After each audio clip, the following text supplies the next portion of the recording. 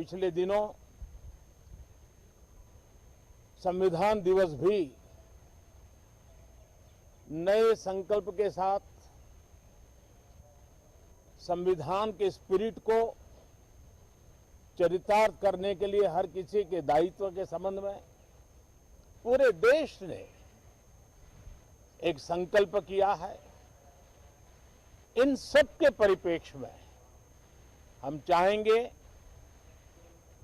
देश भी चाहेगा, देश का हर सामान्य नागरिक चाहेगा कि भारत का संसद का ये सत्र और आगे आने वाले भी सत्र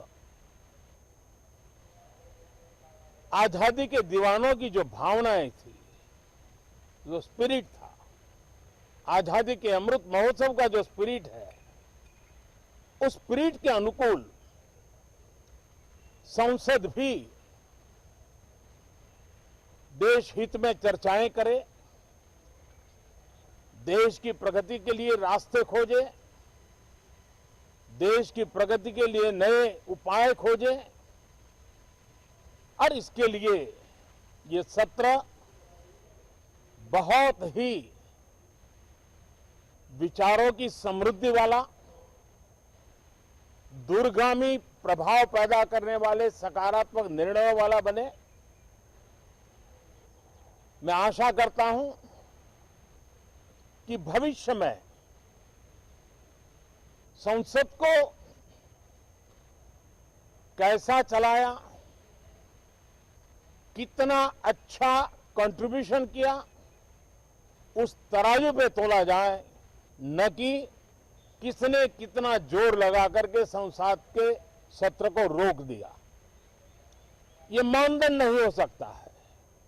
मानदंड ये होगा कि संसद में कितने घंटे काम हुआ, कितना सकारात्मक काम हुआ।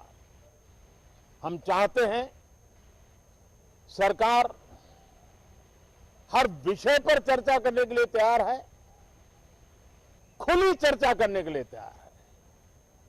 सरकार हर सवाल का जवाब देने के लिए तैयार है और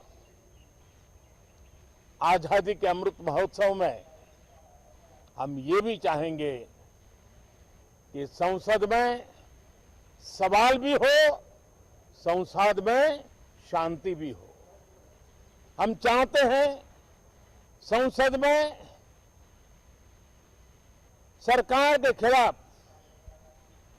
सरकार की नीतियों के खिलाफ जितनी आवाज प्रखर होनी चाहिए हो, लेकिन संसद की गरिमा,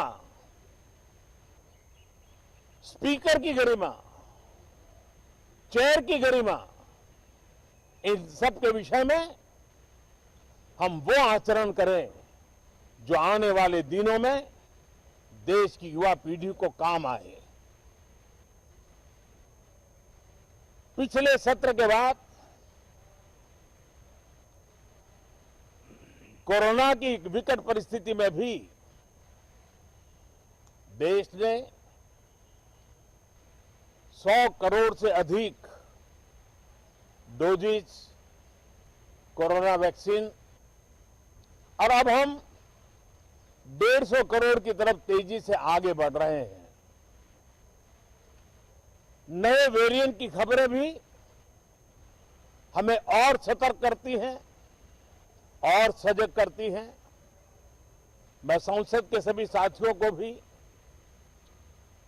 सतर्क रहने के लिए प्रार्थना करता हूं।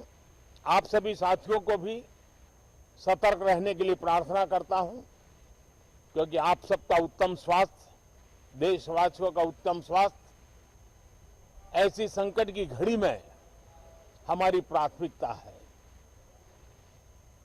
देश के 80 करोड़ से अधिक नागरिकों को इस कोरोना काल के संकट के में और अधिक तकलीफ न हो, इसलिए प्रधानमंत्री गरीब कल्याण योजना से अनाज मुफ्त में देने की योजना चल रही है। अब इसे मार्च 2022 तक समय आगे कर दिया गया है।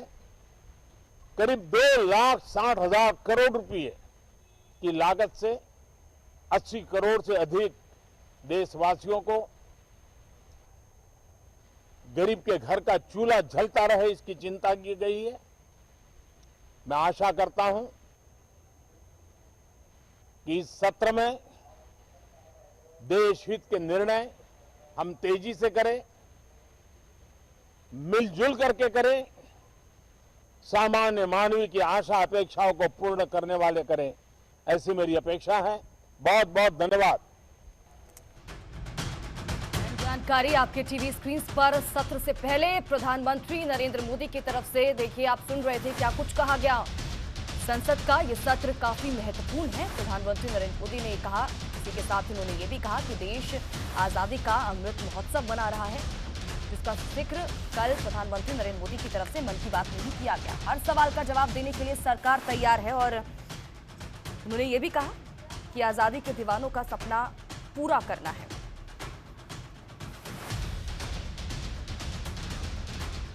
तो सदन में सवाल होते ही हैं, सदन में राष्ट्रहित की चर्चा भी हो, मिलजुल कर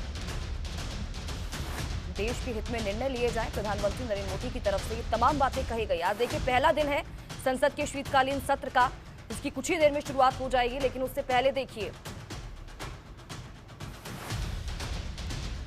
सरगर्मियां लगातार तेज होती जा रही हैं, क्योंकि पहले से ही विपक्षी दलों की तरफ से बैठकों के जरिए रणनीति बनाई गई है सरकार को घेरने की। साथ ही साथ केंद्र सरकार की तरफ से भी कई महत्वपूर्ण बैठकें की गई कि किस तरह से संसद में विपक्षी पार्टियों के सवालों का जवाब देना है। आज कार्रवाई शुरू होने से पहले प्रधानमंत्री नरेंद्र मोदी की तरफ से मीडिया के सामने कई चीजों को लेकर जिक्र किया गया। खबरों के निष्पक्ष विश्लेषण के लिए सब्सक्राइब करें Jantantra TV and press the bell icon. Never miss any update.